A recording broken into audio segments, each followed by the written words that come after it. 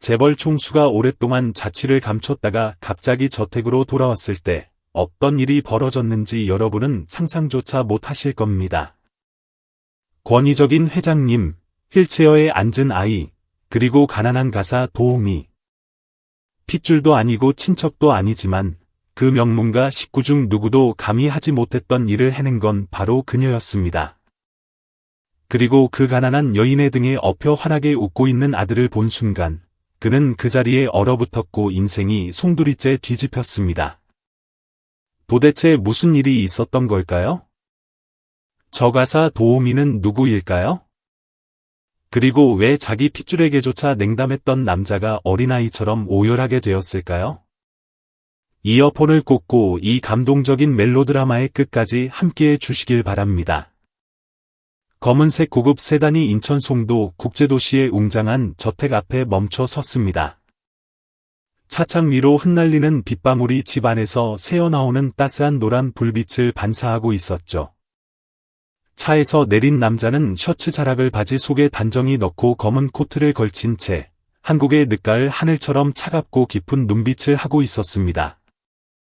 그는 태양부동산 그룹의 신동욱 회장이었습니다. 한때 한국 언론이 톱스타처럼 쫓아다니던 그였지만 아내의 죽음 이후 싱가포르에서 은둔하며 지낸 세월 탓에 지금은 지치고 그늘져 보였습니다. 그는 예고도 없이 귀국해 기사에게 차를 물리라고 손짓했습니다. 그저 모든 것을 직접 확인하고 싶었고 아랫사람들의 뻔한 아부에도 지쳐 있었기 때문입니다. 문을 열고 들어서자 저택은 여전했습니다. 아내가 좋아했던 페퍼민트 오일과 국화꽃 향기가 은은하게 배어 있어 깔끔했습니다. 하지만 뭔가 이상했습니다. 뒷뜰에서 까르르 웃는 소리가 들려왔습니다. 동욱은 미간을 찌푸리며 천천히 유리창 쪽으로 다가가 낡은 그네가 있는 작은 마당을 내다보았습니다. 그리고 눈앞의 광경에 발이 얼어붙고 말았습니다. 2년 전 사고 이후 걷지 못하게 된 6살 난 아들, 깡마르고 병약한 시우가 한 여자의 등에 엎여 신나게 웃고 있었습니다. 여자는 무릎으로 바닥을 기며 이랴, 이랴, 말이 달린다, 라고 외치고 있었고 두 사람의 모습은 영락없는 모자지간 같았습니다. 그녀는 한유리, 가사 도우미이자 죽은 아내 윤혜인의 단짝 친구였던 여자였습니다. 그녀는 시우가 갓난아기 때부터 돌봐왔습니다. 질끈 묶은 머리에 등은 땀으로 흠뻑 젖었고 굳은 살 박인 손으로 차가운 바닥을 짚으면서도 눈에는 기쁨이 가득해 자신을 지켜보는 분노에 찬 시선을 전혀 눈치채지 못했습니다. 당장 그만두지 못해 동욱의 목소리가 천둥처럼 울려 퍼졌습니다. 유리는 소스라치게 놀랐고 그 바람에 시우가 등에서 미끄러져 바닥에 넘어지며 그네 모서리에 이마를 살짝 찍고 말았습니다. 시우야, 유리가 비명을 지르며 아이를 감싸 안았습니다. 동욱이 성큼성큼 다가와 쏘아붙였습니다. 지금 뭐 하는 짓이야? 여기가 서커스장인 줄 알아. 유리가 더듬거렸습니다. 저는 그저 도련님과 놀아주던 중이었습니다. 도련님이 좋아하셔서 남의 집 귀한 자식을 종놈 등 위에 태워? 그게 내 아들을 제대로 교육하는 방식이라고 생각하나? 동욱의 목소리가 이 사이로 새어나왔습니다. 시우는 머리를 감싸 쥐고 울음을 터뜨렸습니다. 아빠, 유리 엄마 혼내지 마세요. 동욱은 멈칫했습니다. 너 지금 누구 보고 엄마라고 했니? 유리 엄마요. 유리 엄마는 나 아플 때 간호해주고 옛날 이야기도 해주고 밤마다 안아주는 사람이에요. 동욱은 고개를 돌렸습니다. 가슴이 철렁했지만 애써 냉정하게 말했습니다. 오늘부터 한유리 씨는 해고야. 안 돼요. 시우가 소리치며 유리를 꽉 끌어안았습니다. 싫어요. 유리 엄마 가는 거 싫어요. 동욱은 잠시 침묵하다가 마 집사에게 눈짓을 보냈습니다. 곁에 서 있던 집사가 다가왔습니다. 당장 이 여자를 집 밖으로 내보내. 알겠습니다, 회장님. 안 돼요. 제발요. 유리가 흐느꼈습니다. 회장님, 제발 부탁드립니다. 나쁜 의도는 없었어요. 전 그저 아이를 웃게 해주고 싶었을 뿐이에요. 당신 때문에 애가 다쳐서 피를 보지 않았나. 동욱이 으름장을 놓았습니다. 더는 말 섞고 싶지 않군. 마 집사가 다가와 유리의 팔을 잡아 끌었습니다. 그녀는 뿌리치고 몸을 숙여 시우의 이마에 마지막으로 입을 맞췄습니다. 유리 엄마 가야 해. 우리 시우 착하게 있어야 한다. 미안해. 시우가 발버둥치며 오열했지만 동욱은 아이를 담요로 감싸 안고 뒤도 돌아보지 않은 채 들어가 버렸습니다. 유리의 모습이 대문 밖으로 점점 멀어졌습니다. 눈시울이 붉어졌지만 그녀는 더 이상 아무 말도 하지 않았습니다. 바닷바람이 거세지더니 부슬비가 장대비로 변했습니다. 인천의 밤은 유난히 차가웠습니다. 달아빠진 슬리퍼를 신은 유리는 빗물 고인 웅덩이를 첨벙이며 저택을 나섰습니다. 그녀가 가진 것이라고는 낡은 옷 몇 벌이 든 작은 천 가방, 시우를 위해 직접 만든 헝겊 인형 하나, 그리고 미처 전하지 못한 편지 한 통뿐이었습니다. 맞은편 처마 밑에 선 그녀의 얼굴 위로 빗물과 눈물이 뒤섞여 흘러내렸습니다. 손에 쥐어진 편지가 파르르 떨렸습니다. 너희 웃음과 바꿀 수 있다면 난 평생 말이 되어도 좋아. 내 등 위에서 내가 한 걸음씩 내딛는 느낌은 내 심장이 다시 뛰는 것과 같았어. 널 낳진 않았지만 난 널 위해 살았단다. 유리는 편지를 접어 가슴에 품고 저택을 마지막으로 올려다보았습니다. 집 안에 불은 꺼졌고 창가에 기다리는 이는 없었습니다. 그녀는 이 순간부터 모든 게 변했다는 것을 직감했습니다. 시우의 방, 아이는 잠들지 못하고 낡은 인형을 꽉 쥐고 있었습니다. 천장을 바라보며 아이가 속삭였습니다. 유리 엄마, 가지 마요. 문 밖에는 동욱이 마당에 떨어진 천 조각을 쥔 채 서 있었습니다. 연보라색 머리끈, 아주 오래전 아내에게서 맡았던 국화향이 희미하게 남아 있었습니다. 바람이 다시 불고 빗줄기가 창문을 때리며 무언가를 일깨우려는 듯했지만 동욱은 말 한마디 못한 채 서 있기만 했습니다. 다만 그의 눈가는 몇 년 만에 처음으로 촉촉하게 젖어 있었습니다. 교회의 허름한 고시원 지붕 위로도 빗소리가 처량하게 떨어지고 있었습니다. 한유리는 좁은 창가에 웅크리고 앉아 미완성된 편지를 쥐고 있었습니다. 희미한 전등 불빛 아래 드러난 그녀의 얼굴은 창백하고 야위었지만 눈빛만은 강인했습니다. 책상 위, 낡은 시계 옆에는 심장약들이 굴러다니고 있었습니다. 몇 년 동안 편안한 잠을 자본 적이 없는 지친 몸이었지만 마음속에는 오직 하나, 자신의 등 뒤에서 환하게 웃던 시우의 모습뿐이었습니다. 유리는 눈을 감았고 윤혜인의 모습이 슬로우 모션처럼 떠올랐습니다. 그날 서울대학교 병원은 소독약 냄새로 진동했습니다. 혜인은 침대 위에 앙상한 갈대처럼 누워 유리의 손을 꼭 잡고 있었습니다. 고통스러우면서도 간절한 눈빛이었습니다. 유리야, 나한테 무슨 일이 생기면 내가 시우 좀 부탁할게. 유리는 울음을 터뜨리며 고개를 숙였습니다. 언니 그런 소리 마세요. 금방 나을 거예요. 혜인은 힘없이 고개를 저으며 창백한 입술로 미소 지으려 애썼습니다. 나 못 버틸 거 알아. 난 그저 아이가 걱정돼서 그래. 동욱 씨는 바쁠 테고 시우를 누구보다 잘 아는 건 너잖아. 난 널 믿어. 유리는 입술을 깨물었습니다. 가슴이 무겁고 아려왔습니다. 혜인 언니는 강원도 시골에서 갓 상경한 자신을 거두어 일자리를 주고 아이 돌보는 법과 세상을 따뜻하게 사는 법을 가르쳐준 은인이었습니다. 유리는 그녀를 친언니처럼 따랐습니다. 약속할게요. 시우를 제 친아들처럼 여길게요. 혜인의 눈에 눈물이 고였고 떨리는 손을 유리의 손등 위에 포개었습니다. 고마워. 회상이 끊기고 유리는 눈을 떠 눈물을 닦았습니다. 밖에는 여전히 비가 억수같이 쏟아지고 있었습니다.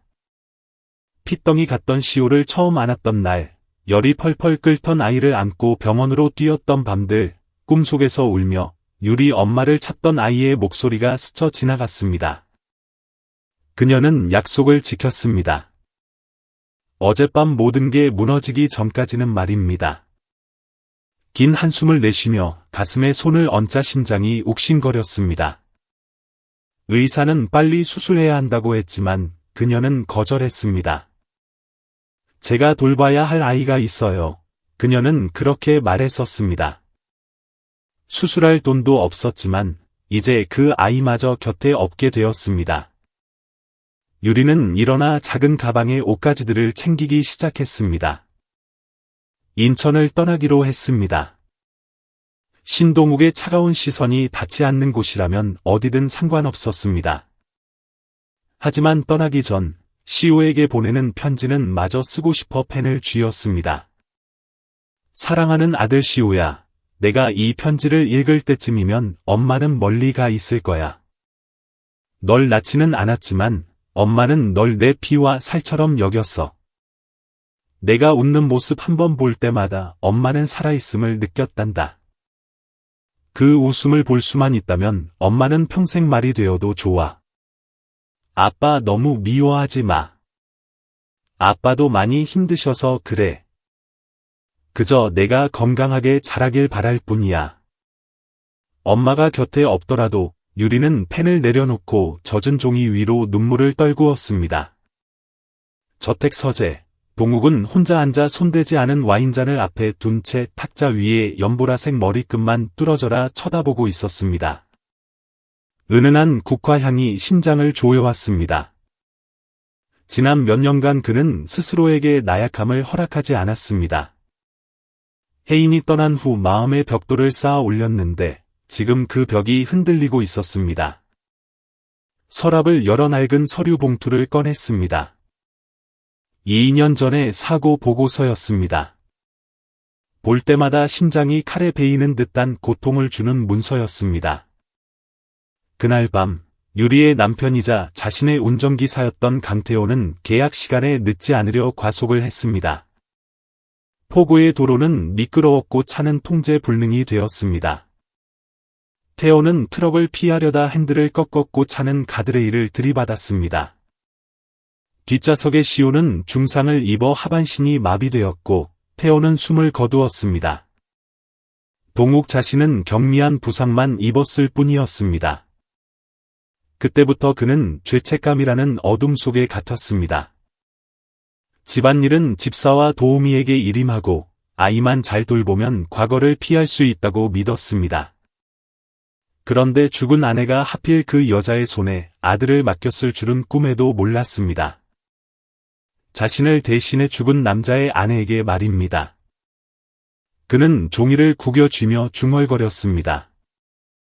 유리, 내가 당신한테 무슨 짓을 한 거지? 시우의 방, 아이는 침대 위에서 인형을 꼭 껴안고 있었습니다. 잠이 오지 않았습니다. 창문을 두드리는 빗소리가 마치 작은 손가락으로 두드리는 것 같았습니다. 유리 엄마가 보고 싶었습니다. 옛날 이야기도, 아리랑 자장가도, 소미불처럼 따뜻했던 등도 그리웠습니다. 아빠, 아이가 나지막이 불렀습니다. 동욱이 들어왔습니다. 복도의 불빛이 그의 퀭한 얼굴을 비췄습니다. 그는 침대가로 다가가 앉았습니다. 아직 안 잤니? 유리 엄마 보고 싶어요. 동욱은 마른 침을 삼키며 애써 침착하게 말했습니다. 이제 익숙해져야 해. 앞으로는 다른 사람이 널 돌봐줄 거야.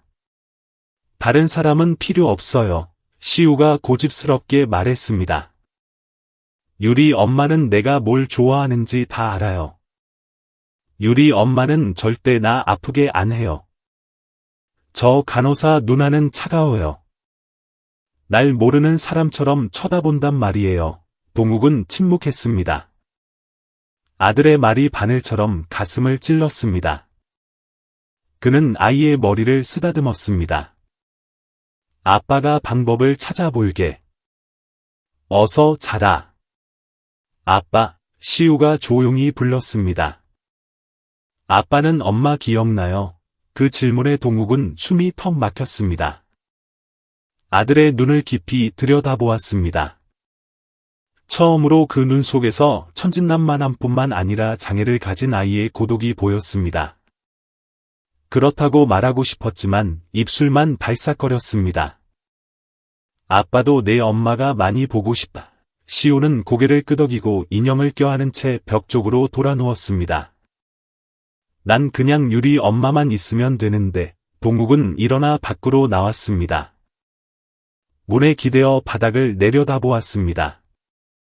귓가에는 아들이 부르던 유리 엄마라는 소리가 계속 맴돌았습니다.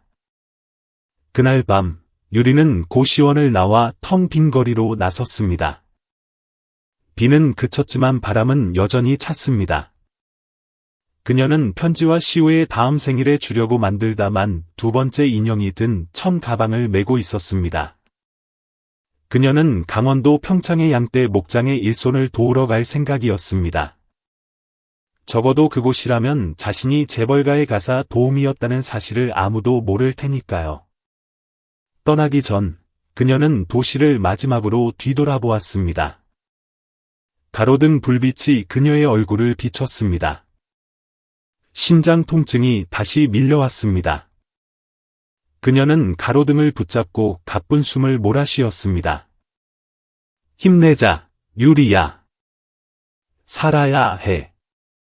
아직 못다 한 약속이 있잖아. 시우를 생각하고, 혜인을 생각하고, 피 한 방울 섞이지 않은 아이에게 온 정성을 쏟았던 지난날을 생각했습니다. 비록 쫓겨났지만 마지막 순간까지 약속을 지켰다는 사실에 마음 한구석은 가벼웠습니다. 하지만 마음 깊은 곳에서는 알고 있었습니다. 그 아이를 결코 떠날 수 없다는 것을요. 다음 날 아침, 동욱은 태양그룹 본사로 출근했지만 회의 내내 아무런 말도 귀에 들어오지 않았습니다.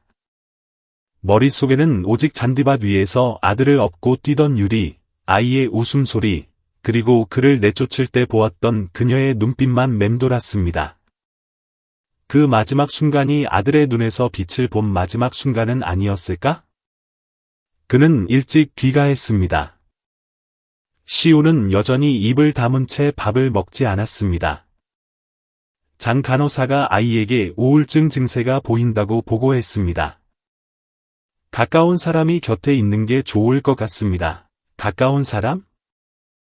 동욱은 씁쓸하게 웃었습니다.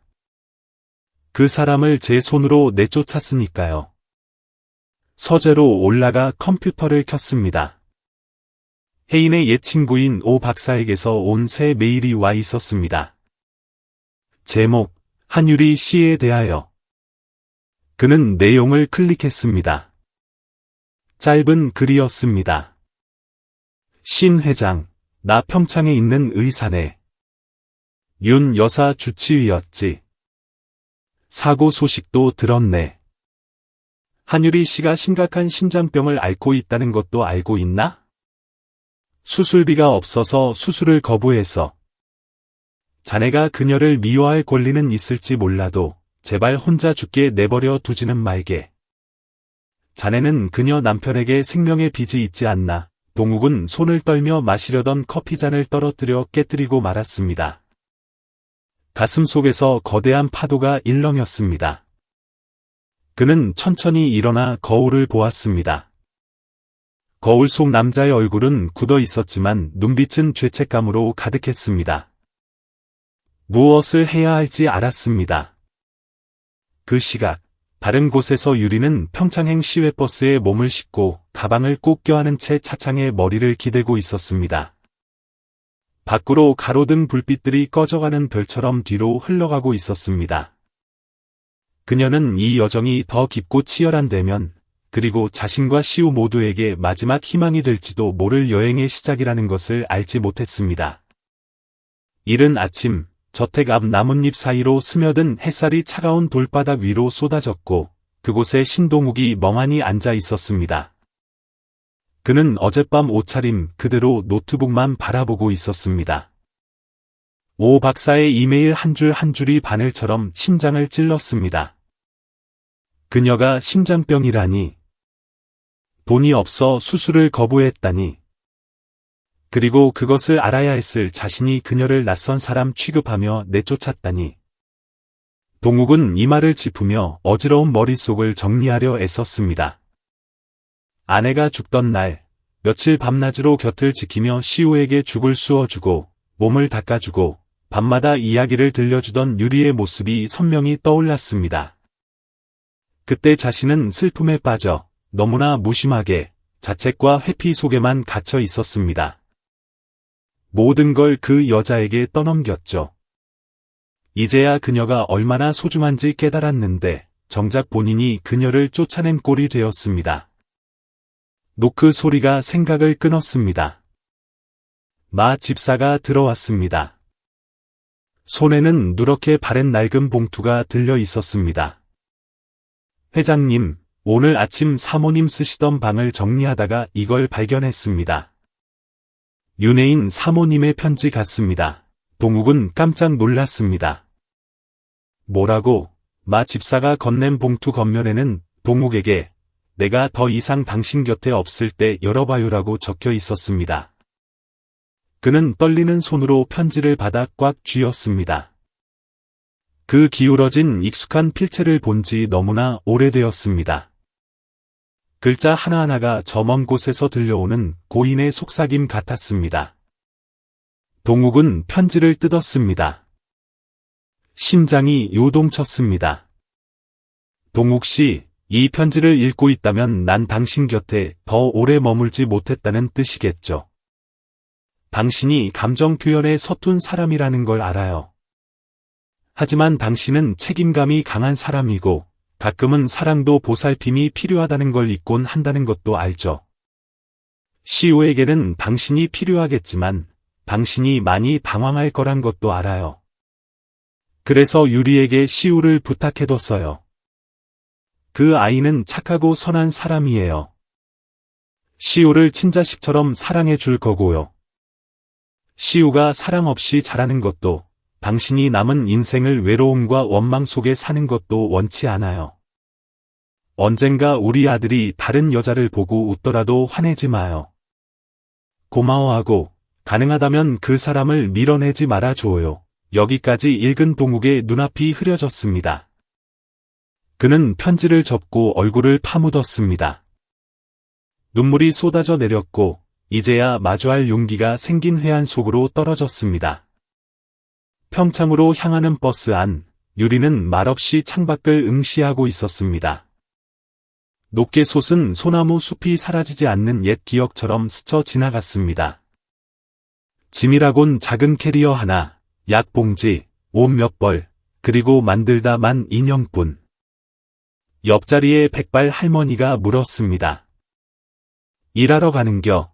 유리는 작게 고개를 끄덕였습니다.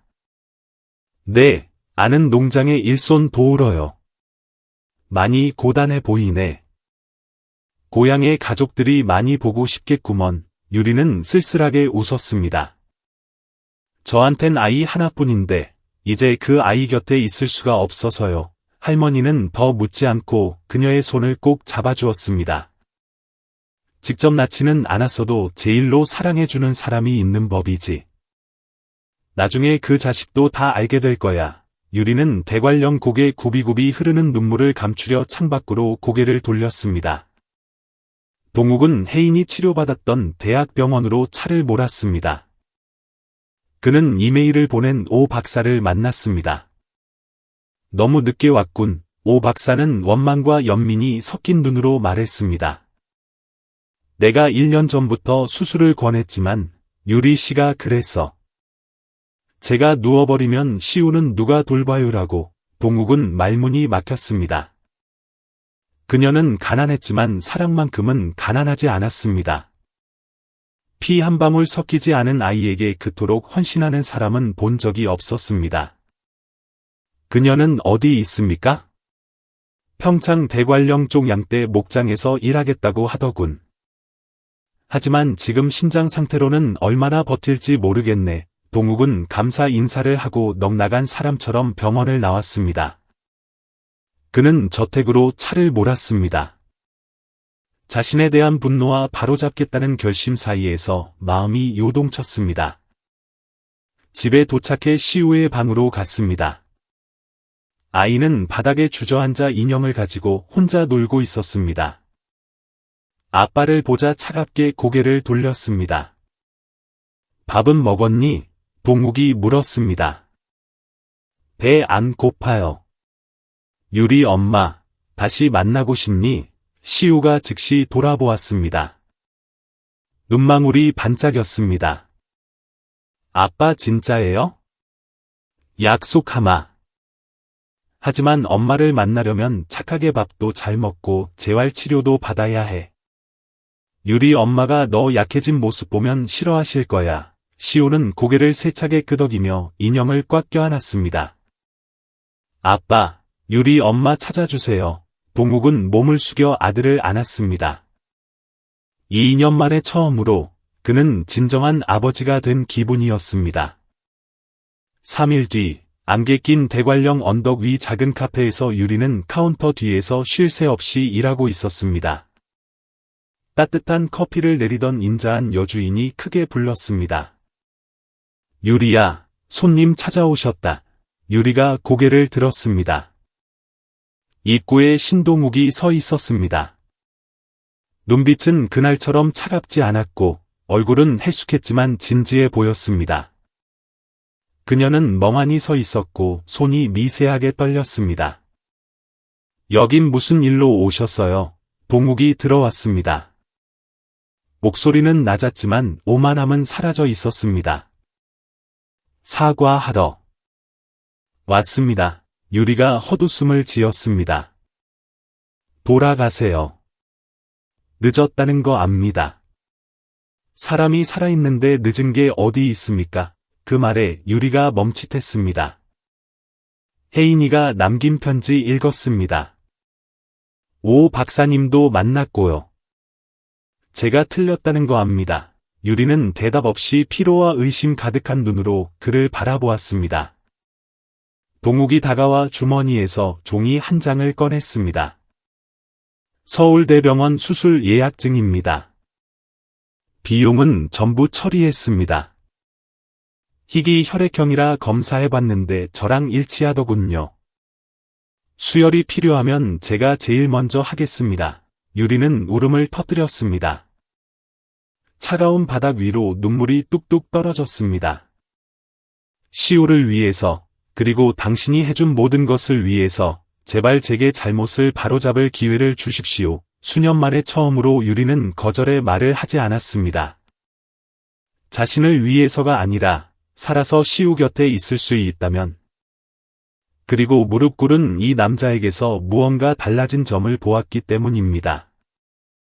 더 이상 독선적인 회장님이 아닌 사랑하는 법을 배우려는 한 아버지의 모습이었습니다.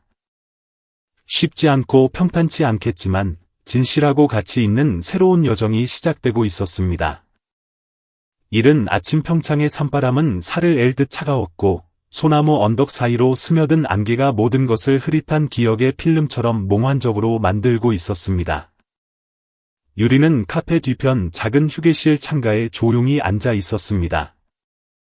탁자 위에는 심장 수술 예약증과 죽은 남편 강태호의 낡은 장갑이 놓여 있었습니다. 그녀는 밤새 잠을 설쳤습니다. 모든 게 너무 빠르고 갑작스러웠습니다. 냉정하게 쫓아냈던 그 남자가 눈앞에 나타나 기회를 달라고 애원하다니요. 수술 예약증, 진심 어린 눈빛, 필요하다면 제가 수혈하겠습니다. 라는 약속. 모든 것이 마음을 흔들었지만 의심 또한 여전했습니다. 똑똑, 가벼운 노크 소리가 났습니다. 들어오세요. 신동욱이 따뜻한 죽을 들고 들어와 말없이 탁자에 내려놓았습니다. 둘 사이에 침묵이 흘렀습니다. 공기는 밖의 안개처럼 무거웠습니다. 유리 씨, 동욱이 천천히 입을 열었습니다. 당장 용서해 달라고는 안 합니다. 하지만 믿어주세요. 그 편지를 읽은 날부터 정신이 번쩍 들었습니다. 유리는 여전히 먼 소나무 숲을 바라보며 시선을 돌리지 않았습니다. 아세요? 그녀가 메인 목소리로 말했습니다. 어떤 밤은 시우 다리를 주무르면서도 심장이 조여와서 무서워 떨었어요. 하지만 제가 쓰러지면 아이가 어쩌나 싶어 쓰러질 수도 없었죠. 동욱은 침묵했습니다. 회장님은 혜인 언니 덕분에 제게 일자리를 주고 살 곳을 준 은인이었어요. 하지만 결국 저를 세상 사람들 눈에 기생충처럼 보이게 만든 것도 회장님이었죠. 회장님이 정신을 차렸든 말든 상관없어요. 전 시우가 행복하기만 하면 돼요. 그게 다예요. 동욱이 다가왔습니다. 차가운 사업가의 눈빛이 아닌 모든 걸 되돌리려는 아버지이자 한 남자의 눈빛이었습니다. 맞습니다. 제가 틀렸습니다. 말이 아니라 행동으로 증명하겠습니다. 유리가 그를 돌아보았습니다. 산중 호수처럼 깊은 눈이었습니다. 제가 다시 돌아가길 원하세요? 아니요. 동욱이 단호하게 답했습니다. 예전처럼 돌아가는 걸 원치 않습니다. 처음부터 다시 시작하고 싶습니다. 저를 위해서가 아니라 제 아들과 제 아내의 마지막 약속을 위해서요. 유리는 주먹을 꽉 쥐었습니다. 문틈으로 들어온 찬바람에서 소량기가 났습니다. 시간은 되돌릴 수 없지만 진심은 미래를 여는 열쇠가 될 수 있습니다. 그녀는 한숨을 내쉬었습니다. 돌아가겠습니다. 단, 3가지 조건이 있어요. 동욱이 고개를 끄덕였습니다. 말씀하세요. 첫째, 그녀가 그를 똑바로 쳐다보았습니다. 수술은 받겠습니다. 하지만 동정 때문이 아니에요. 시우와 모두 다 한 일이 남아서 받는 겁니다. 동의하시죠? 동의합니다. 둘째, 저는 가사 도우미로 돌아가는 게 아닙니다. 혜인 언니 유언대로 아이의 양엄마 자격으로 가는 겁니다. 집안 그 누구라도 회장님 포함해서 저를 도우미 취급한다면 당장 떠나겠습니다. 동욱이 주먹을 쥐었습니다. 약속합니다. 마지막으로 유리가 낮지만 엄한 목소리로 말했습니다. 시우에게 돈이나 주고 서류에 사인만 하는 아빠 말고 진짜 아빠가 되어주세요. 아이에겐 아빠가 필요해요. 못하시겠다면 시우, 제가 데려갑니다. 신동욱의 눈동자가 처음으로 흔들렸습니다. 시우가 곁을 떠날 수도 있다는 생각은 해본 적이 없었습니다.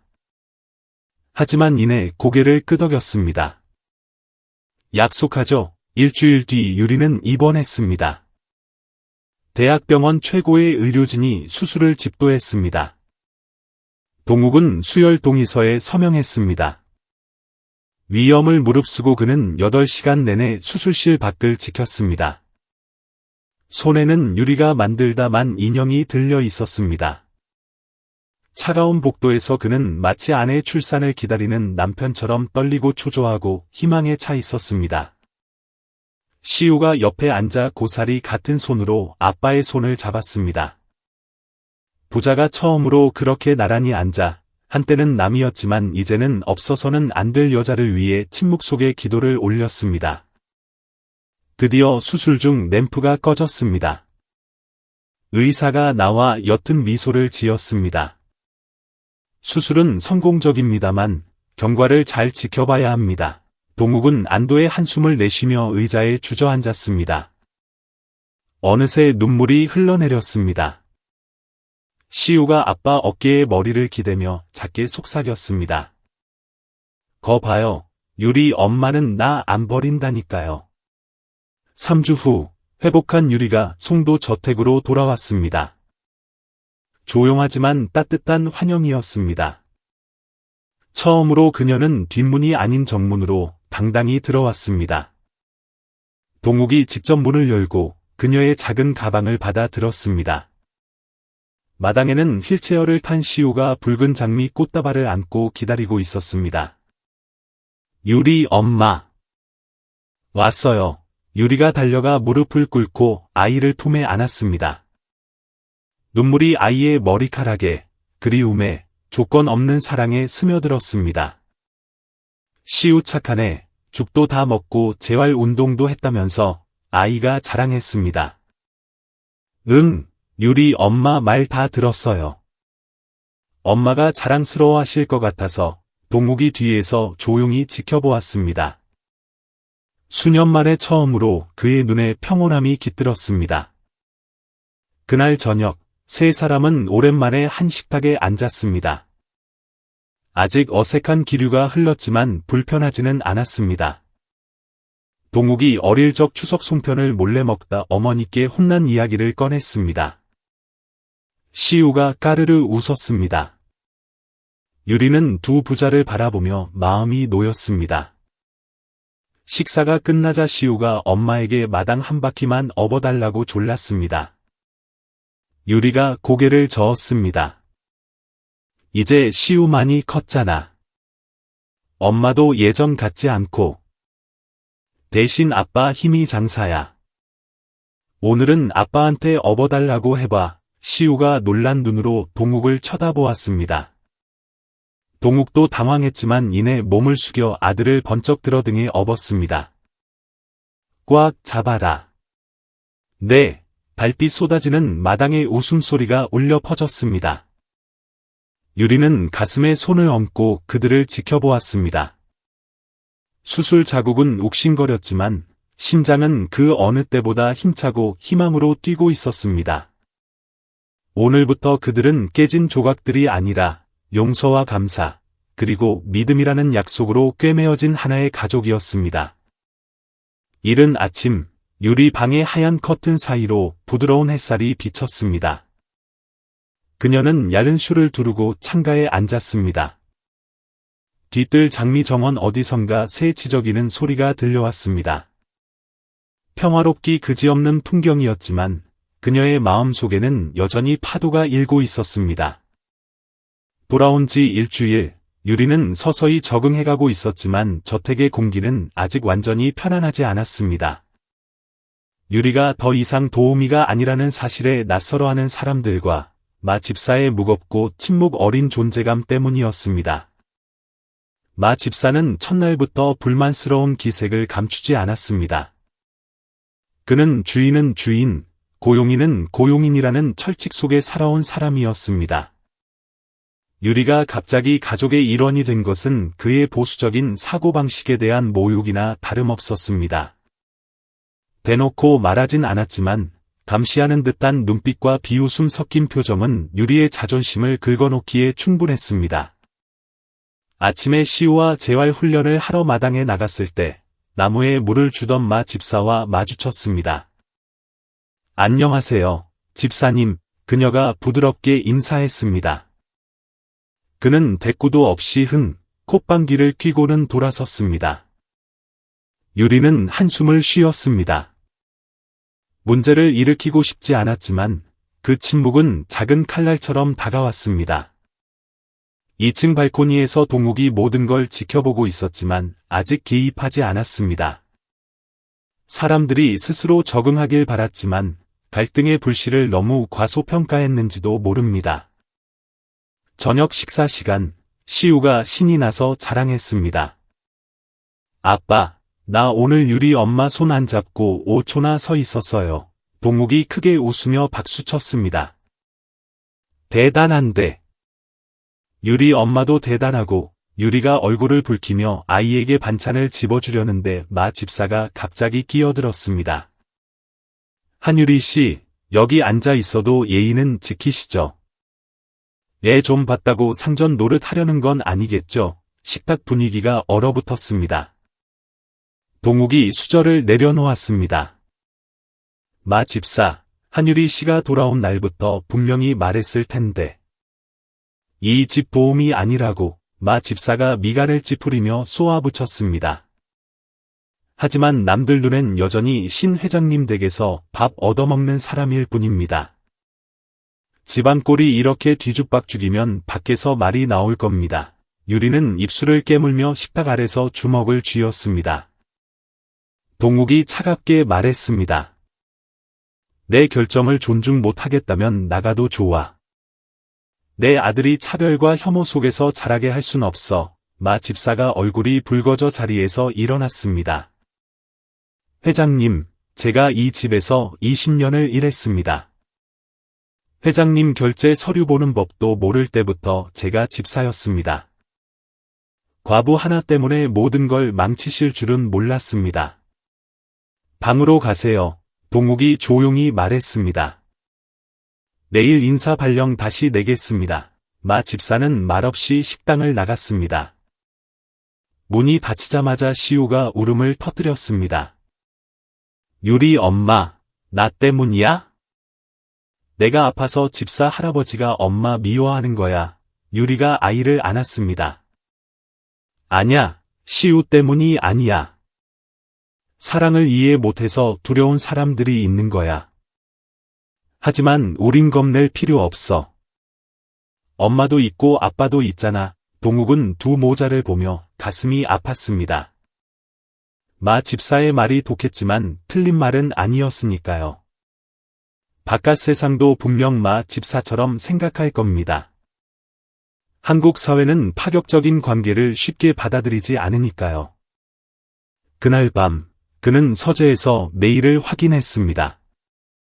파트너사들의 문의 메일이 쏟아졌습니다. 대부분 저택관리 문제나 도우미가 안주인이 되었다는 소문에 관한 것이었습니다. 한 파트너는 노골적으로 말했습니다. 동욱 씨, 사생활엔 관심 없지만 언론이 곧 퍼뜨릴 기세야.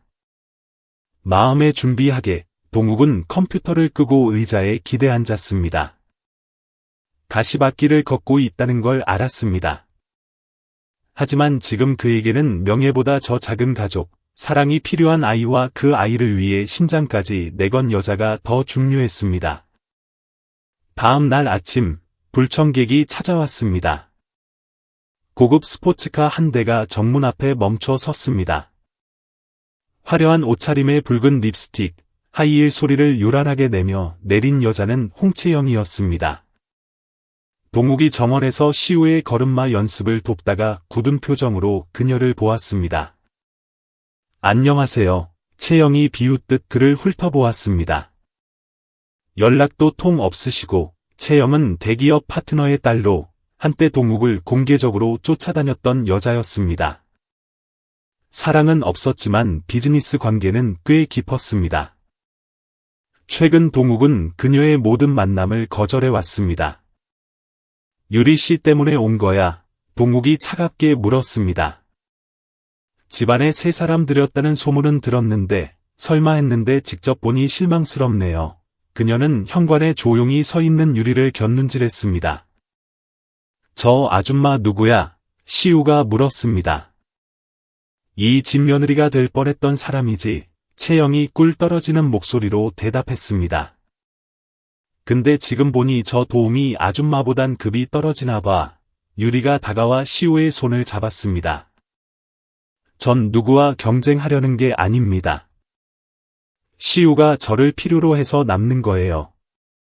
당신이 스스로 더 고귀하다고 생각한다면 그만 돌아가 주세요. 채영은 크게 웃음을 터뜨리며 동욱을 돌아보았습니다. 정말 급이 다른 여자 하나 때문에 태양그룹의 명예를 통째로 걸 셈입니까? 주주들이 동의할 것 같아 동욱이 한 발 앞으로 다가섰습니다. 그의 눈빛은 강철처럼 차가웠습니다. 난 헛된 것들 때문에 이미 한 번 가족을 잃어봤어. 이제 난 급이 맞는 사람이 아니라 진심인 사람이 필요해. 채영은 그 순간 얼어붙듯 멈춰 섰습니다. 그녀는 게임이 끝났음을 직감했습니다.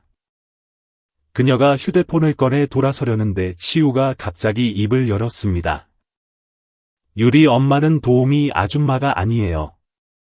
우리 엄마예요. 채영은 멈칫하며 당황했지만 아이의 맑고 단단한 눈빛에 아무 말도 할 수 없었습니다. 결국 그녀는 자리를 떴고 또각거리는 하이힐 소리는 저택 대문 뒤로 사라졌습니다. 그날 밤 수많은 파도가 지나간 뒤 유리는 시우의 침대 곁에 앉아 아이의 머리를 부드럽게 쓰다듬었습니다. 사람들이 엄마가 자격이 없다고 말해서 슬프니 시우가 고개를 저었습니다. 아니요, 엄마는 내가 세상에서 제일 사랑하는 사람이니까요. 유리는 아이의 이마에 입을 맞췄고 눈물이 조용히 흘러내렸습니다. 창밖의 밤하늘은 칠흑같이 어두웠지만 작은 방 안에는 따스하고 끈기 있는 불꽃 하나가 타오르고 있었습니다. 그것은 쉽게 꺼지지 않을 불꽃이었습니다. 믿음을 위한 전쟁은 아직 끝나지 않았습니다. 하지만 유리와 동욱, 그리고 시우는 함께 폭풍을 건너왔습니다. 그리고 그들은 서로가 있다면 어떤 거친 파도도 갈라놓을 수 없다는 것을 알게 되었습니다. 사랑으로 다시 지어진 가족이었습니다. 인천 하늘에서 갑자기 비가 쏟아지기 시작했습니다. 빗방울이 유리창을 타고 흐르고 지붕 위로 후두둑 떨어지며 사람들의 마음에 형용할 수 없는 애틋함을 뿌렸습니다. 물리치료실 안, 시우는 두 개의 금속 지지대 사이에서 첫걸음을 때려 안간힘을 쓰고 있었습니다. 아이가 다리를 들어 올릴 때마다 온몸이 떨려왔고 열린 창틈으로 찬바람이 들어오는데도 땀이 비 오듯 쏟아졌습니다. 유리는 그 곁에 서서 아이의 작은 두 발을 뚫어지게 바라보았습니다. 힘내, 아가. 엄마 여기 있어.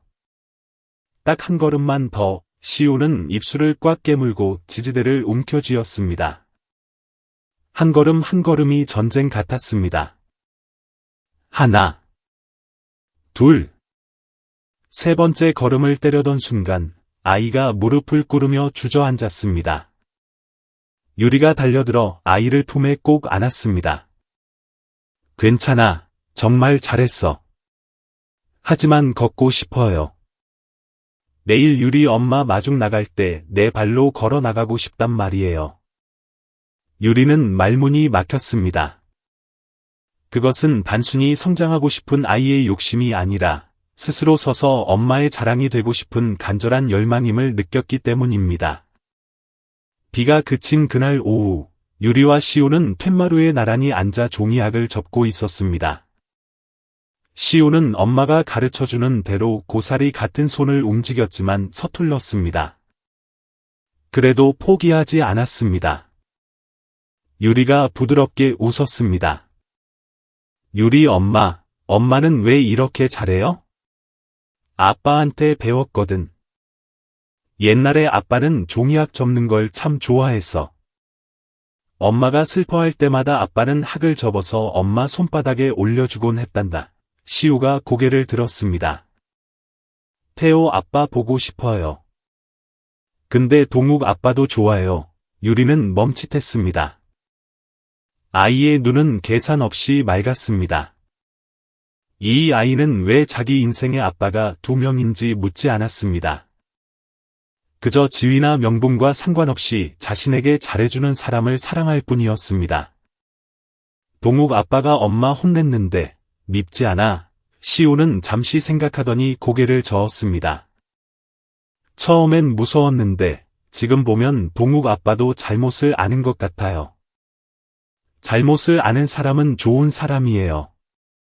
제가 몰래 과자 먹고 엄마한테 잘못했다고 빌었을 때처럼요. 유리는 웃음을 터뜨리며 아이를 안아주었습니다. 아이들의 세상은 참 단순했습니다. 모든 것은 솔직함으로 통했습니다. 그날 저녁, 동욱은 늦게 귀가했습니다. 회사 주주들과의 긴장된 회의를 막 마친 참이었습니다. 이번 문제는 재정이 아니라 그의 개인적인 이미지였습니다. 동욱이 아들을 업고 있고 그 옆에 수수한 차림에 유리 서 있는 사진이 태양그룹 회장, 보험이와 사랑에 빠지다라는 제목으로 인터넷에 퍼졌습니다. 여론은 두 갈래로 나뉘었습니다. 현실판 신데렐라라며 응원하는 쪽과 부자가 계급 격차를 낭만화한다고 비난하는 쪽이었습니다. 동욱은 남들이 뭐라 하든 크게 신경 쓰지 않았지만 바람이 불기 시작했고 파도가 쉽게 잦아들지 않으리라는 것을 알고 있었습니다. 지친 몸으로 집에 들어선 그는 부엌에 서 있는 유리를 보았습니다.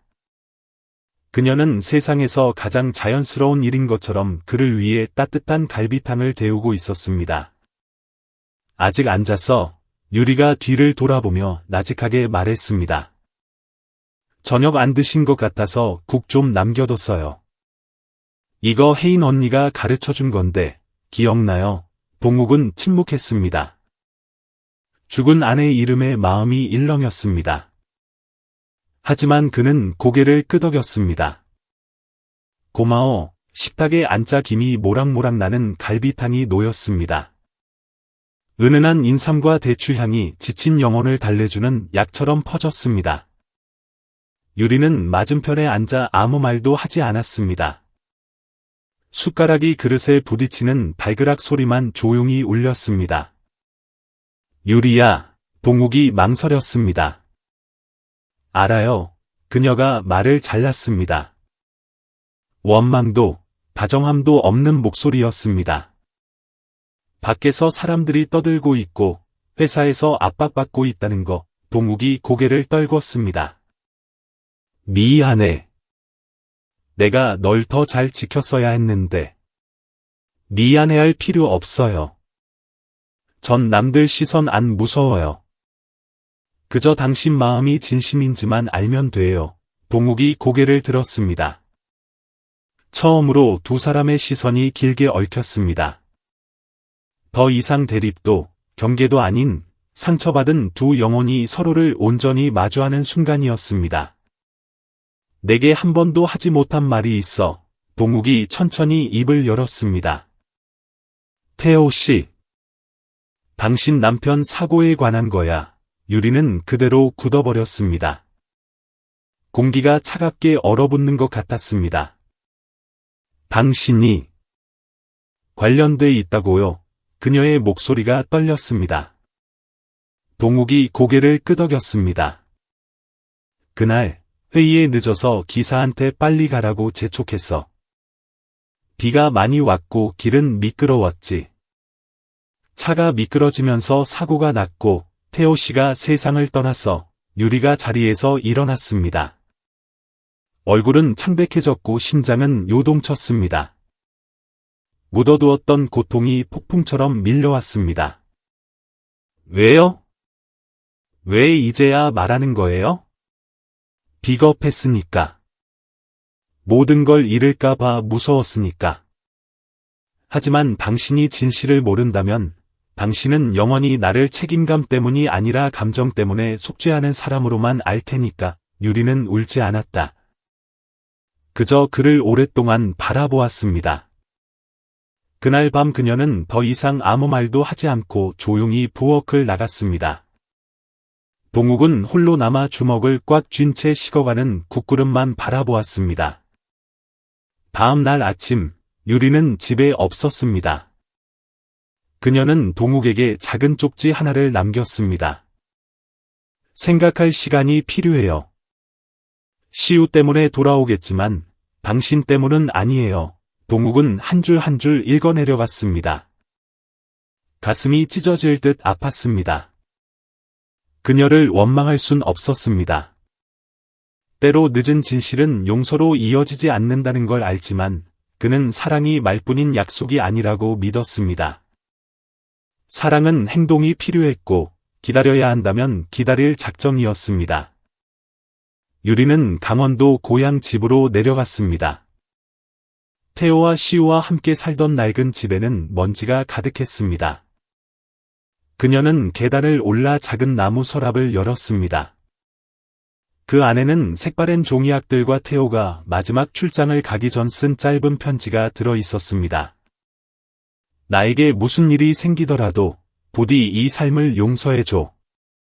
내가 이해할 수 없는 일들까지도 용서해줘. 산다는 건 계속 나아가는 거니까.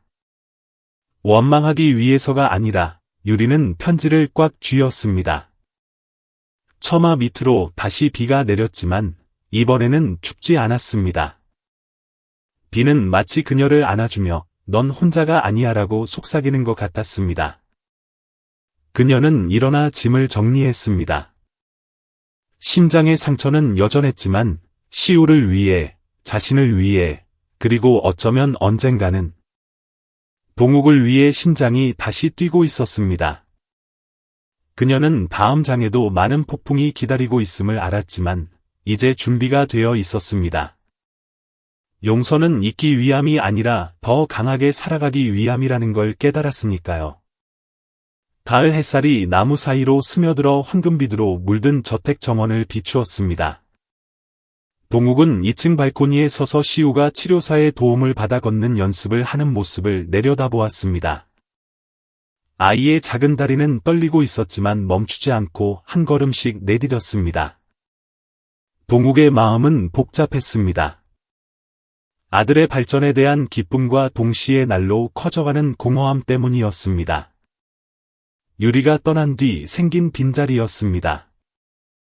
그녀가 고향으로 내려간 지 일주일이 지났습니다. 문자도 전화도 없었습니다. 동욱은 그녀를 탓하지 않았습니다. 너무 많은 것을 잃어본 사람에게 그가 밝힌 진실은 아픈 상처를 다시 후벼 파는 칼날 같았을 테니까요.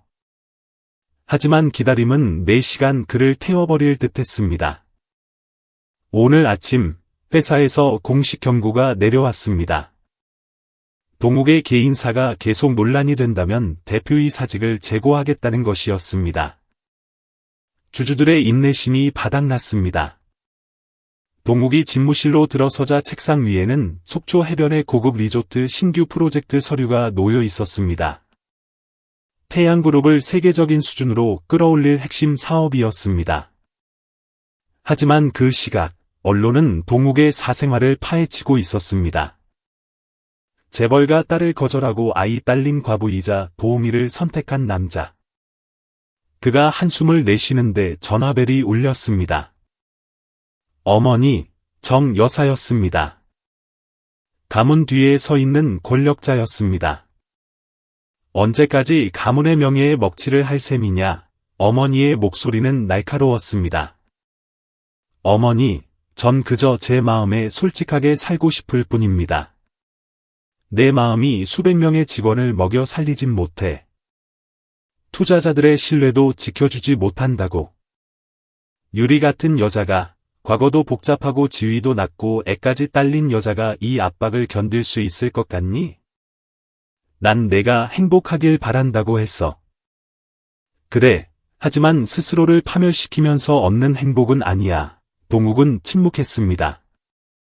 지금은 어머니를 설득할 수 없음을 알았습니다. 그룹은 어머니가 평생을 바쳐 일군 자식이었고, 지금 그가 그 자식의 치명적인 약점이 되고 있었습니다. 그날 밤 시우를 재운 뒤, 동욱은 부엌으로 내려가 간단한 요리를 했습니다. 다진 고기를 넣은 야채죽. 유리가 그가 늦게 올 때면 자주 해주던 음식이었습니다.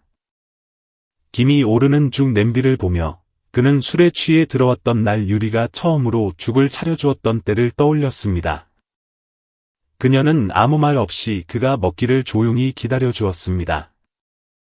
그 묵묵한 인내심은 혜인이 죽은 뒤 죽어버렸다고 생각했던 그의 영혼 깊은 곳을 건드렸습니다.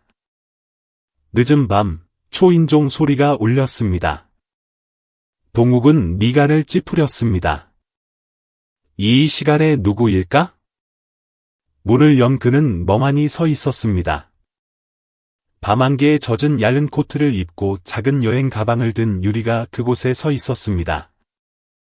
그녀의 눈빛은 더 이상 분노에 차 있지 않았고, 그렇다고 완전히 용서한 것도 아닌 기묘할 정도로 고요했습니다.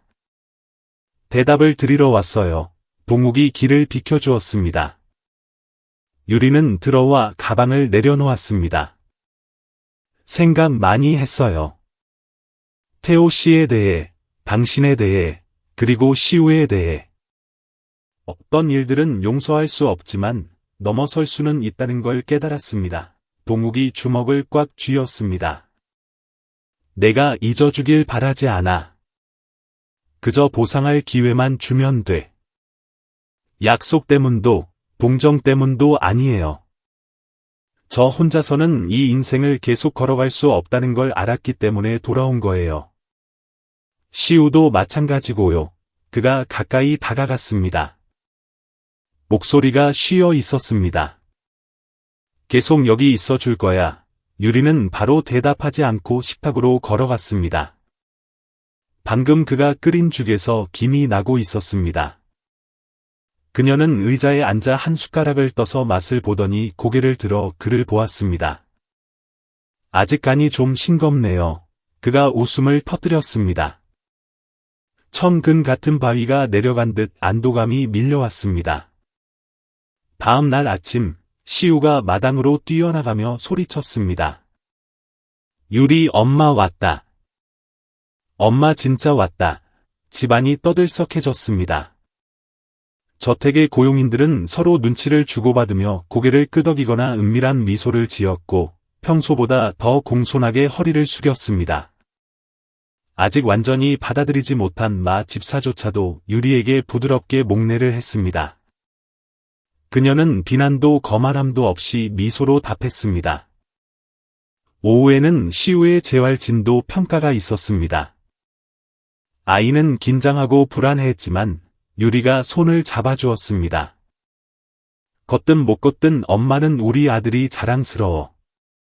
포기하지만 않으면 돼. 아이가 고개를 끄덕였습니다. 치료 전문가와 동욱이 지켜보는 가운데 시우는 엄마의 손을 잡지 않고 처음으로 작은 발걸음을 떼었습니다. 방 안은 정적에 휩싸였다가 이내 박수 소리로 터져나갔습니다. 아이는 거친 숨을 몰아쉬며 동욱의 품에 쓰러지듯 안겼습니다. 아빠, 나 해냈어요. 동욱은 아이를 껴안았고 눈시울이 붉어졌습니다. 유리를 돌아보니 그녀는 입술을 깨물며 솟구치는 눈물을 참으려 애쓰고 있었습니다. 그날 밤, 동욱은 이사회로부터 긴급 소집 통보를 받았습니다.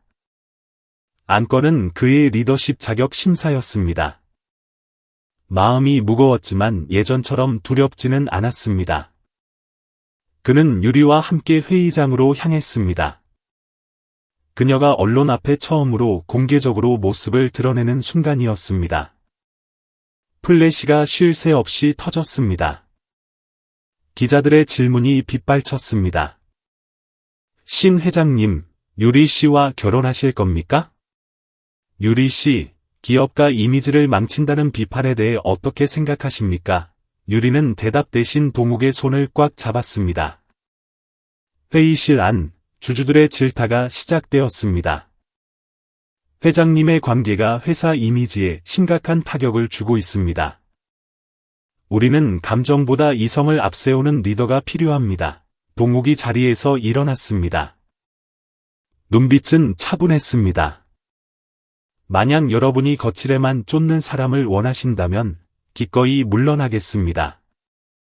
하지만 가족에 대해, 약속에 대해, 그리고 직원들에 대해 끝까지 책임지는 리더를 원하신다면 저는 여전히 이 자리에 있을 겁니다. 좌중이 침묵했습니다. 가장 연장자인 최 이사가 입을 열었습니다. 나도 자네들처럼 생각했어. 하지만 어제 신 회장이 빗속에서 아들을 업고 걷는 연습을 시키는 걸 봤네. 가족에게 그렇게 할 수 있는 사람이라면 이 회사를 쉽게 포기하지 않을 거라 생각하네. 몇몇이 고개를 끄덕였습니다. 투표가 진행되었고 결과는 동욱의 유임이었습니다. 그날 밤 동욱은 테라스 의자에 앉아 있었고 유리가 따뜻한 차를 타서 그 곁에 앉아 어깨에 머리를 기댔습니다. 유리야, 그가 나직이 불렀습니다. 만약 언젠가 내가 다시 떠나고 싶어지면 부디 나도 데려가 줘. 유리는 대답 없이 미소만 지었습니다.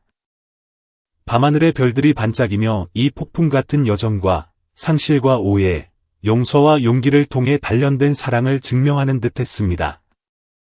태풍이 완전히 지나간 것은 아니었지만 그들은 태풍의 눈 속에 함께 서 있기로 선택했고 그것만으로도 다가올 모든 좋은 일들의 시작이었습니다.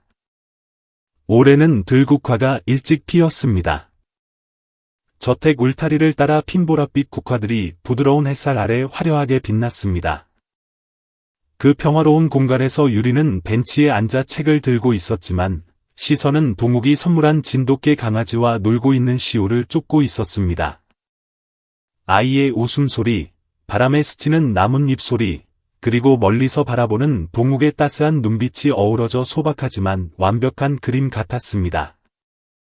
유리가 돌아온 지 3개월, 모든 것이 점차 안정을 찾았습니다. 시우는 짧은 거리를 혼자 걸을 수 있게 되었고, 동욱이 고용한 전문가와 매일 재활 치료를 했습니다. 동욱은 여론이 가라앉지 않은 상황에서도 회사를 지키기 위해 고군분투했습니다. 그리고 유리는 이제 도우미 역할을 내려놓고 동욱의 제안으로 전문 간호 과정을 공부하고 있었습니다. 어느 주말 오후, 동욱은 다 같이 유리의 고향에 가자고 제안했습니다. 그녀가 자란 곳과 그녀의 과거를 이해하고 무엇보다 고인인 강태호, 유리의 전 남편에게 사죄하기 위해서였습니다.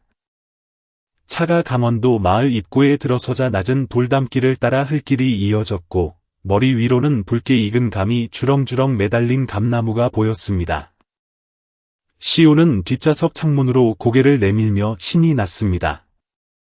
유리는 말이 없었지만 동욱의 손등에 가만히 손을 올려 평온함을 전했습니다. 늙은 소나무 아래 다소곳이 자리 잡은 낡은 한옥. 이웃인 70대 박 할머니가 이 빠진 미소로 세 사람을 맞이했습니다. 아이고, 이게 누구야? 유리 아니냐? 몇 년 만에 보는 거요. 시우 여섯 많이 컸네. 근데 이분은 유리가 망설이며 동욱을 보았습니다. 저 시우 아빠예요. 그러니까 제 가족이에요. 동욱이 정중하게 고개를 숙였습니다. 처음 뵙겠습니다. 태호 씨를 뵈러 왔습니다. 집에는 먼지가 쌓였지만 황폐하진 않았습니다. 방 한가운데 작은 제단이 놓여 있었습니다. 태호의 영정사진은 깨끗하게 닦여 있었습니다. 동욱은 말없이 소주 한 잔을 따라 올리고 무릎을 꿇어 큰 절을 올렸다. 그는 아무 말도 할 수 없었지만 마음속의 경건함을 얇은 향 연기처럼 띄워보냈습니다. 뒤에 서 있던 유리의 눈이 메워졌습니다.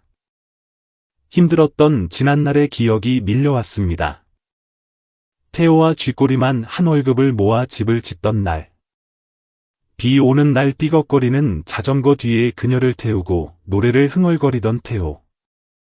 도립병원에서 시우를 낳던 날, 아이처럼 떨며 그녀의 손을 잡았던 그. 이제 옛사람은 갔고 새로운 사람이 곁에 있습니다. 그녀는 자신이 과거를 배신했다고 느끼지 않았습니다. 태호와 온전히 살았고 지금은 동욱에게 진심을 다하고 있으니까요. 그날 점심상은 소박했습니다. 삶은 나물, 생선구이, 그리고 김치찌개. 하지만 유리에게는 추억이 가득한 밥상이었습니다. 박 할머니는 마을 이야기, 논밭 이야기, 서울로 대학 간 손자 이야기를 늘어놓았습니다.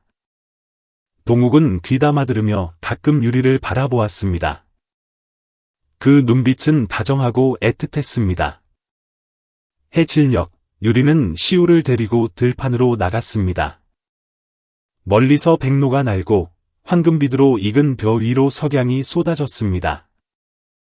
그녀는 연을 날리던 곳, 태호 아빠가 낚시를 가르쳐주던 곳을 알려주었습니다. 시우가 눈을 반짝이며 들었습니다. 유리 엄마, 나중에 우리 여기 와서 살아요. 나 여기 좋아요. 유리가 아이 머리를 쓰다듬었습니다. 오면 좋지. 하지만 동욱 아빠도 있고 회사도 있고 내 학교도 있잖아. 시우가 입을 삐죽거렸습니다. 동욱 아빠도 같이 오면 되죠. 뒤에 서 있던 동욱이 미소 지었습니다. 엄마가 허락하면 아빠는 여기 와서 닭 키우고 농사 지을 준비 다 됐어. 시우가 손뼉을 쳤습니다. 그럼 우리 진짜 가족 된 거네. 유리는 고개를 돌려 미소를 감췄습니다. 그날 밤, 시우가 박 할머니 품에서 잠든 사이, 동욱과 유리는 툇마루에 앉았습니다. 달이 밝았고 논에서 불어오는 바람에 벼 향기가 실려왔습니다. 유리야, 동욱이 나직하게 불렀습니다. 이제 우리 진지하게 이야기할 때가 된 것 같아 유리가 조용히 고개를 들었습니다. 너랑 결혼하고 싶어. 책임감 때문도 여론 때문도 아니야. 사랑하니까.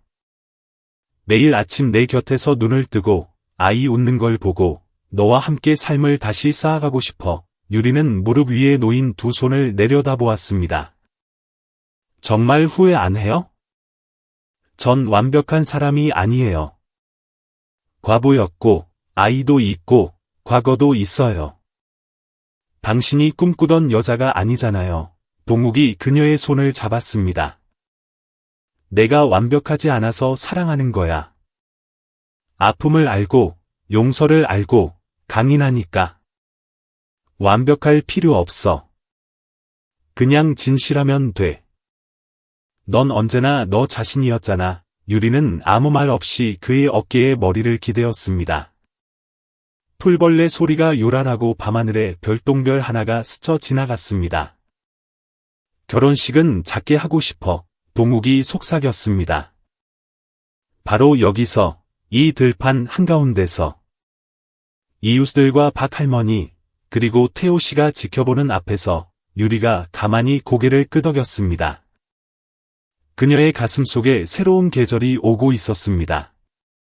사랑과 치유, 희망, 그리고 수많은 폭풍 끝에 찾아온 진정한 가족의 계절이. 다음 날, 동욱은 하루 더 머물며 정원을 정리하고 망가진 처마와 창문을 고쳤습니다. 유리는 톱질하고 못질하는 그를 보았고, 햇살 속에 그녀의 미소가 반짝였습니다. 동욱 아빠 진짜 잘한다. 시우가 소리쳤습니다. 유리는 아이 이마에 입을 맞췄습니다. 아빠가 너랑 엄마를 사랑해서 잘하는 거야. 사흘 뒤 그들은 도시로 돌아갔습니다. 하지만 이번엔 모든 것이 달랐습니다. 동욱의 인생 가장자리를 걷던 여자도, 장애 콤플렉스에 갇힌 아이도, 죄책감에 시달리던 남자도 아니었습니다. 들국화가 만발한 계절, 그들은 진짜 가족이 되어 돌아왔습니다. 그날 아침 주주총회장에 들어서는 동욱의 흰 셔츠는 땀으로 젖어 있었습니다. 차가운 형광등 불빛이 유리로 덮인 긴 테이블 위로 쏟아졌고 이사들의 긴장한 표정을 비췄습니다. 탐색하고 의심하고 실망하는 눈빛들이 그에게 쏠렸습니다. 회의실 정면 대형 스크린에는 홍보 위기, 로맨스인가 기업가 윤리인가 라는 제목이 떠 있었습니다. 동욱은 마이크를 고쳐 잡았습니다. 목소리는 떨림없이 쩌렁쩌렁 울렸습니다. 지난 몇 주간 제 개인사가 그룹 이미지에 영향을 끼쳤다는 걸 압니다. 하지만 오늘 저는 용서를 구하러 온 것이 아닙니다. 여러분을 위해서가 아니라 저 자신을 위해 진실을 말하러 왔습니다.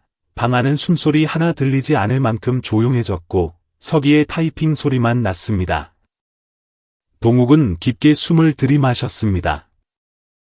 지금 제 곁에 있는 여자는 제 아내이자 한 아이의 엄마이며 2년 동안 어둠 속에 갇혀있던 제 아들을 다시 웃게 해준 유일한 사람입니다.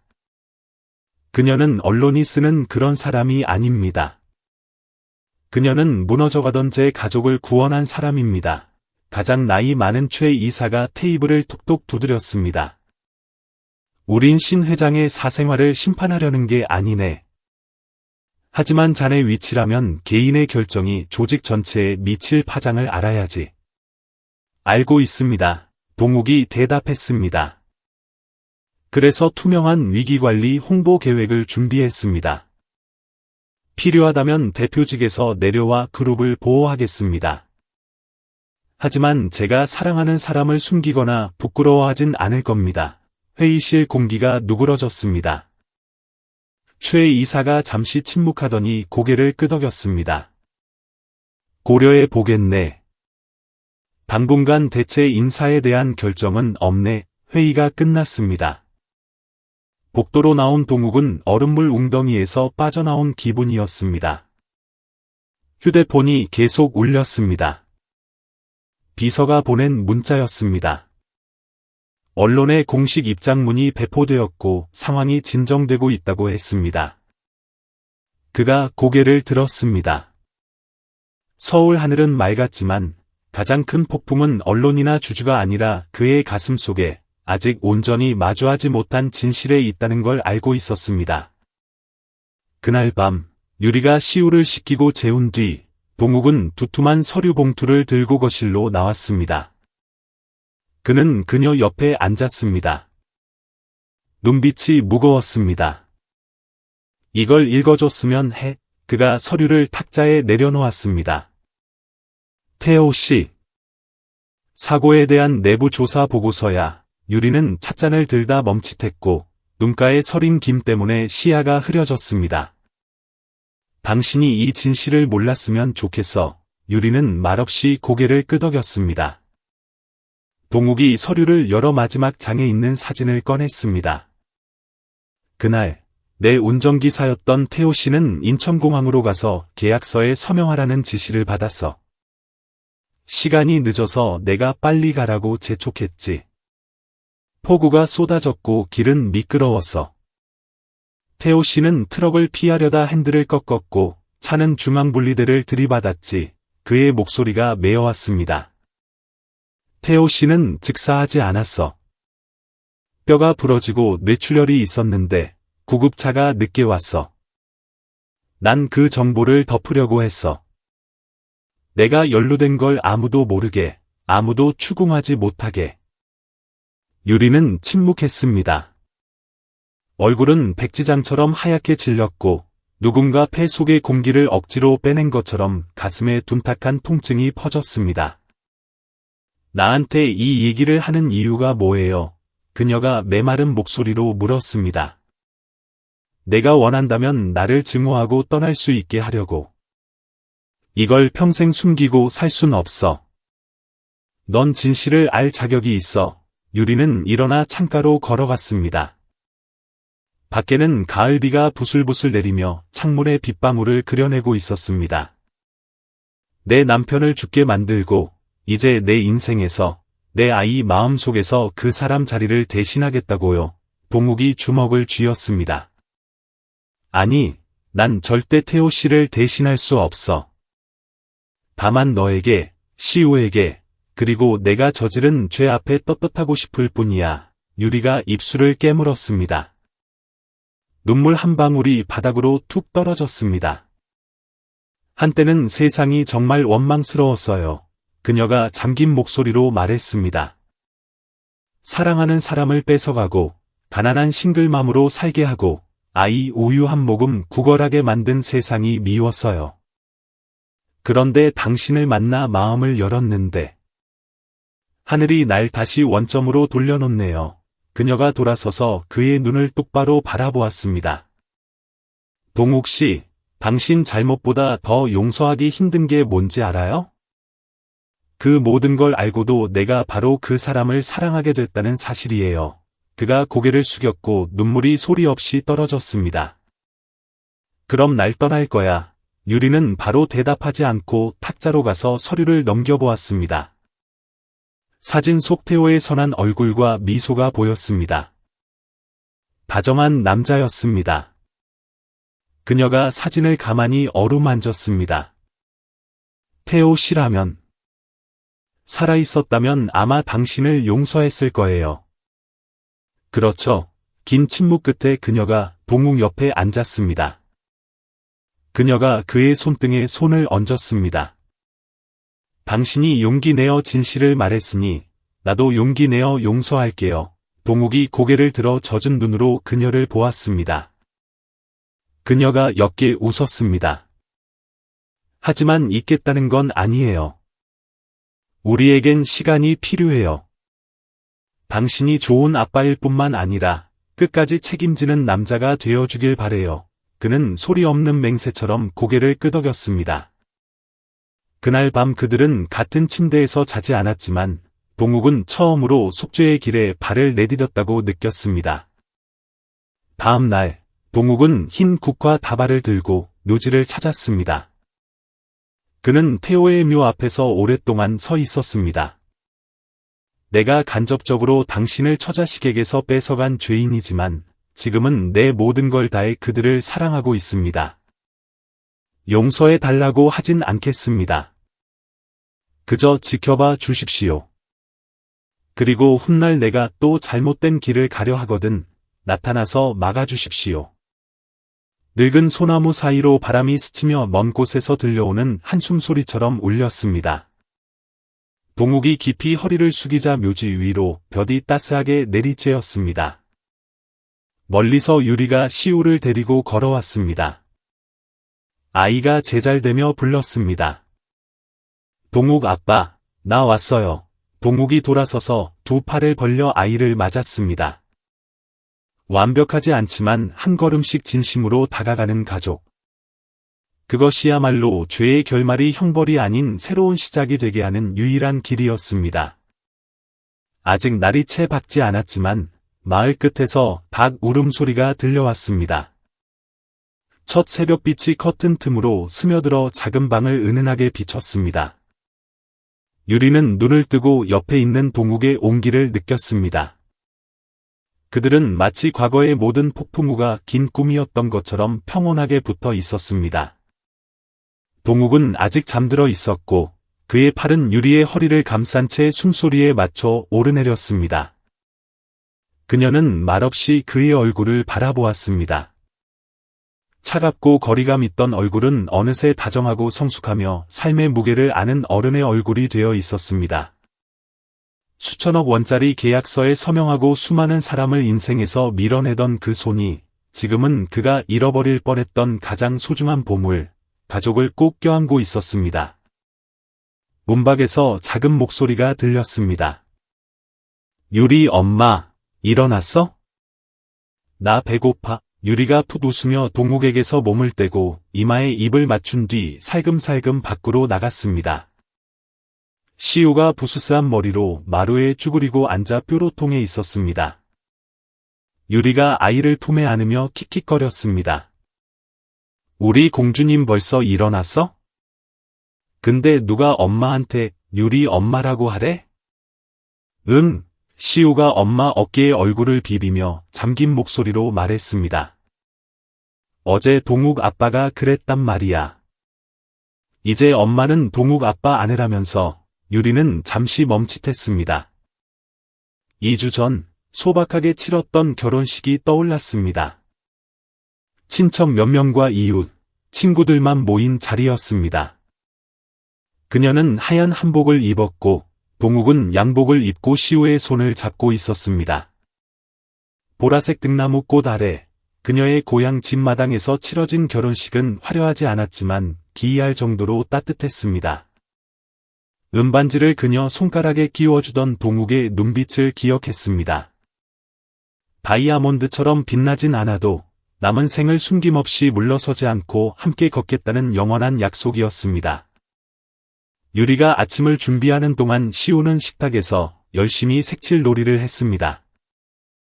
오늘 아침 메뉴는 미역국과 계란말이, 그리고 몇 가지 밑반찬. 진짜 집의 온기가 담긴 소박한 밥상이었습니다. 잠시 후 동욱이 부스스한 머리와 잠기운 가득한 얼굴로 일어났습니다. 하지만 미소만큼은 환했습니다. 부인, 너무 일찍 일어난 거 아니야. 그가 농담을 던지며 의자를 빼 앉으면서 유리의 등에 손을 얹었습니다. 부인, 오늘은 갈비탕 없어. 그냥 소박하게 먹어. 유리가 받아쳤습니다. 셋이 동시에 웃음을 터뜨렸고 웃음소리가 부엌을 가득 채웠습니다. 시우가 방금 완성한 그림을 들어 자랑했습니다. 동욱 아빠, 이것 봐요. 우리 집이에요. 크레파스로 그린 그림은 단순하지만 디테일이 살아있었습니다. 빨간 지붕집, 뒤뜰에 감나무, 물 주는 동욱, 바느질하는 엄마, 공놀이하는 시우. 그림 구석에는 잠자는 강아지가 있었고 위에는 삐뚤빼뚤한 글씨로 우리 집이라고 적혀 있었습니다. 동욱이 그림을 받아들자 눈시울이 붉어졌습니다. 그가 유리에게 나직이 말했습니다. 이렇게 오랜 세월이 지나서야 진짜 집다운 집을 갖게 될 줄은 몰랐습니다. 평온한 아침이 지나고 점심때쯤 동욱의 전화가 울렸습니다. 전화를 받은 그가 몇 번 고개를 끄덕이더니 유리를 보았습니다. 이사회야. 나보고 다시 총괄 사장직을 맡아달라고 정식으로 요청했어. 유리가 고개를 들었습니다. 눈빛이 조금 흔들렸습니다. 다시 맡을 거예요. 동욱이 자리에 앉아 잠시 침묵했습니다. 확신이 안 서. 화려하지만 압박이 심한 자리잖아. 예전처럼 휩쓸려서 나 자신을 잃고 당신을 잃을까 봐 겁나. 유리가 그의 손을 지그시 잡았습니다. 당신이 도망치지 않았으면 해요. 당신이 행복해지는 일을 해요. 그게 CEO든 시골에서 채소를 키우는 일이든. 동욱이 미소 지으며 마음을 놓았습니다. 맡아야겠어. 하지만 이번엔 다르게 할 거야. 일이 사랑을 죽이게 두지 않을 거고 돈이 행복을 정의하게 두지 않을 거야. 그날 오후 그들은 시우를 데리고 한강 공원으로 나갔습니다. 아이는 여기저기 뛰어다니며 까르르 웃었습니다. 동욱과 유리는 벤치에 앉아 손을 잡았습니다. 지나가던 할머니가 멈춰서서 그들을 보며 인자하게 웃었습니다. 참 행복한 가족이네. 두 사람 보니 내 젊을 때 생각나. 유리가 공손하게 목례를 했습니다. 동욱도 웃으며 잡은 손에 힘을 주었습니다. 더 이상 말이 필요 없었습니다. 가슴속에 하고 싶은 말이 가득 차 있었으니까요. 집으로 돌아오는 길, 갑자기 보슬비가 내렸습니다. 동욱이 차를 길가에 세우고 트렁크에서 우산을 꺼내 유리와 시우에게 쥐어주었습니다. 그는 신문지를 머리에 쓰고 두 모자의 손을 잡고 빗속을 달렸습니다. 빗물이 튀었지만 그들은 크게 웃었습니다. 떨어지는 빗방울마다 기억이 씻겨 내려갔습니다. 원망도, 고통도 사라지고 오직 웃음소리와 마음의 소리만 남았습니다. 집에 도착했을 때 셋 다 흠뻑 젖어 있었습니다. 유리는 서둘러 수건으로 아이 머리를 닦아주었고 동욱은 히터를 가져왔습니다. 작은 집은 따스한 웃음으로 가득 찼습니다. 밤이 되자 시우는 평소보다 일찍 잠들었습니다. 동욱과 유리는 거실에 나란히 앉았습니다. 은은한 조명이 감돌았습니다. 동욱이 노트북을 열어 새로 작성한 회사 기획안을 보여주었습니다.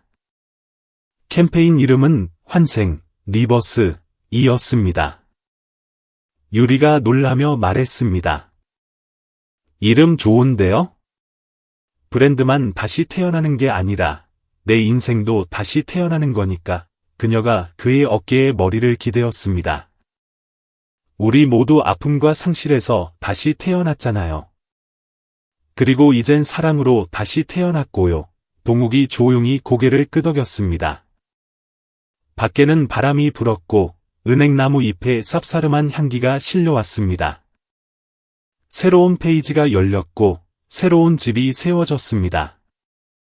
화려할 필요는 없었습니다. 서로가 있으면 그걸로 충분했습니다.